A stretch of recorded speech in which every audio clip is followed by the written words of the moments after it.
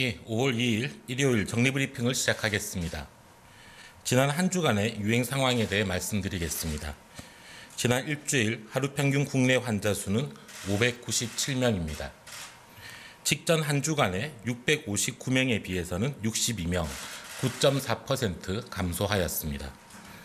전국 감염 재생산 지수는 0.99로 그 전주의 1.01보다 조금 줄어들었습니다.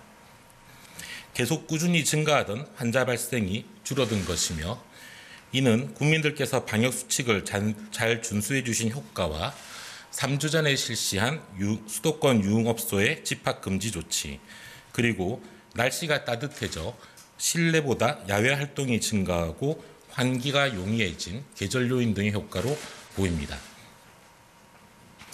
유행 규모가 컸던 5개 지역 중 경기와 부산은 유행이 조금씩 감소하였고, 서울, 울산, 경남은 지난주와 유사한 수준입니다. 특히 울산은 영국 변이가 늘고 있어 주의를 요합니다. 환자 치료를 위한 의료 체계는 큰 문제가 없습니다.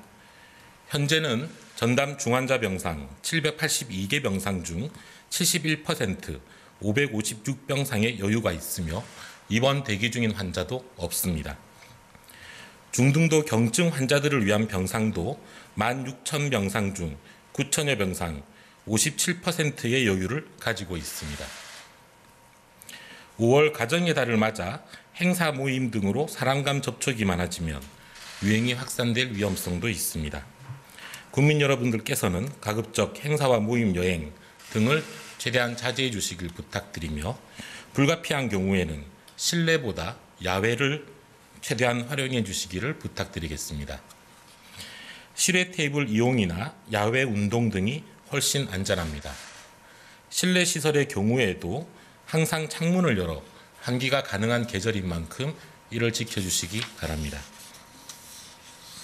오늘 중대본에서는 버팀목 자금 플러스 제도의 추진 현황에 대해서 논의하였습니다. 코로나19의 장기화로 많은 소상공인들께서 경제적 어려움을 호소하고 계십니다. 정부는 소상공인의 경제적 어려움을 덜어드리고자 새희망 자금 2조 8천억, 버팀목 자금 4조 5천억, 버팀목 자금 플러스 6조 7천억 등 14조 원을 지원하고 있습니다. 코로나19 방역 조치로 영업시간이 제한되는 등 요건에 해당하는 소상공인과 소기업에는 100에서 500만 원이 지원됩니다. 중소기업 벤처부는 소상공인들의 어려움을 감안하여 신청 시에 최대한 신속히 지원금을 지원하고 있습니다. 지난 3월 29일 신청이 시작되어 4월 29일까지 한 달간 272만 개 사업장에 대해 4조 5천억 원이 지원되었습니다. 앞으로도 소상공인들의 어려움을 덜어드릴 수 있도록 최선을 다하겠습니다. 전라남도에서는 내일 월요일부터 경상북도와 유사하게 새로운 거리두기 체계를 시범 운영합니다.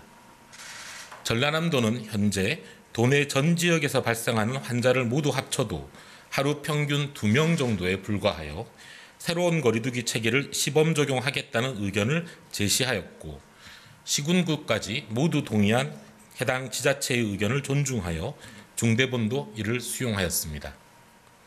전라남도는 새로운 거리두기 체계의 1단계를 시범 적용할 예정입니다. 당초 1.5단계 지역이었기에 생업시설에 대한 제한은 없었고, 이는 변화가 없습니다. 사적 모임 금지에 대해서는 우선 6인까지 모임을 허용하고 이후 단계적으로 확대하겠다는 방침입니다. 다만 광주와 인접한 인접지역들과 대도시 인접지역, 관광지의 방역 강화, 버스형 이동검사소 운영 등 지역 특성에 맞는 방역 조치도 함께 강화할 예정입니다. 자세한 사항은 전라남도에서 세부적으로 발표할 예정입니다. 예방접종에 대해 설명드리겠습니다. 일부 언론에서 화이자가 바닥났다라고 해서 접종이 가능한지 불안해하실 분들이 많을 것 같습니다. 그렇지만 이는 사실이 아니라는 점을 말씀드립니다. 현재 화이자 접종은 3주 전 1차 접종을 받은 분들에 대한 2차 접종이 집중적으로 이루어지고 있습니다. 이로 인해 1차 접종 대상자들은 대상을 줄였다가 5월 하순부터 다시 1차 접종이 집중적으로 진행될 예정입니다. 화이자에 대한 국내외의 여러 검증 결과로는 1차 접종만 해도 약 90%의 예방 효과가 나타나며 3주 뒤 2차 접종을 하면 예방 효과가 조금 더 올라가고 유지 기간이 길어지는 것으로 평가되고 있습니다. 이런 특성을 감안하여 가능한 많은 고령층을 빨리 1차 접종을 맞게 하고 이후 후속 물량을 통해 2차 접종을 하는 방식으로 현재의 접종 계획은 짜져 있습니다. 이에 따라 시기별로 1차 접종이 집중될 때와 2차 접종이 많아질 때가 반복적으로 나타납니다. 또한 백신 공급 일정에 따라 총접종 대상의 규모도 함께 변동하게 됩니다. 이러한 방식은 조금이라도 더 빨리 더 많은 고령층들이 예방 효과를 누리기 위한 목적입니다. 굳이 2차 접종 물량을 미리부터 반절 보관해서 예방 효과를 누릴 수 있는 고령층을 절반으로 줄이고 3주를 늦출 이유가 없기 때문입니다. 아스트라제네카도 동일한 원칙이 적용됩니다. 세계적으로도 모든 국가가 1차 접종을 더 빠르고 더 많이 하기 위해 집중하고 있는 중입니다. 이러한 방향 하에서 앞으로 2달간 5월, 6월 동안 고령층들과 취약시설, 필수인력 등 1,200만 명에 대한 1차 접종이 완료되도록 공급계획과 접종계획은 세밀하게 짜져 있습니다. 특정 시점에서의 접종 대상과 규모 변화에 대해 불안해하실 필요는 없으며 화이자 백신이 바닥이 났다라고 표현하는 것은 이러한 점을 고려하지 않은 부정확한 표현입니다. 정부는 수십 차례에 걸쳐 반복적으로 5월, 6월 2달 동안 고령층 등이 접종을 받게 되며 1,200만 명의 1차 접종을 완료하겠다고 발표해 왔습니다. 이 계획을 달성하기 위해 차질 없이 물량을 공급하고 접종 계획을 실행하는 중입니다. 지금까지 백신의 공급과 예방접종 일정에 차질이 발생한 적은 없습니다. 일각에서 계획대로 안 될 거라고 비관적이었던 4월 말 300만 명 접종도 일정대로 완수하였습니다. 고령층 65세 이상 어르신들은 앞으로 2달간 5월과 6월 동안 반드시 접종을 받을 수 있도록 연락이 가고 신청을 받을 것입니다. 가장 중요한 것은 접종을 잘 받아주시는 것입니다. 불필요한 불안이나 걱정을 하지 마시고 접종에 적극적으로 참여해 주시기 바랍니다. 정해진 접종일을 지켜주시기 바랍니다. 언론과 우리 사회에도 부탁드리겠습니다. 접종에 대한 막연한 불안을 일으키는 부정확한 표현은 접종 대상자들의 쏠림이나 반발, 포기 등을 초래하고 현장의 혼선을 빚어 결과적으로 예방접종을 방해하게 될 것입니다. 우리 사회 누구에게도 이롭지 않는 결과입니다. 특히 예상에 근거해서 너무 앞서 나가거나 과학적 근거에 입각하지 않은 부정확한 내용이 제기되고 전파되는 경우를 주의해 주십시오.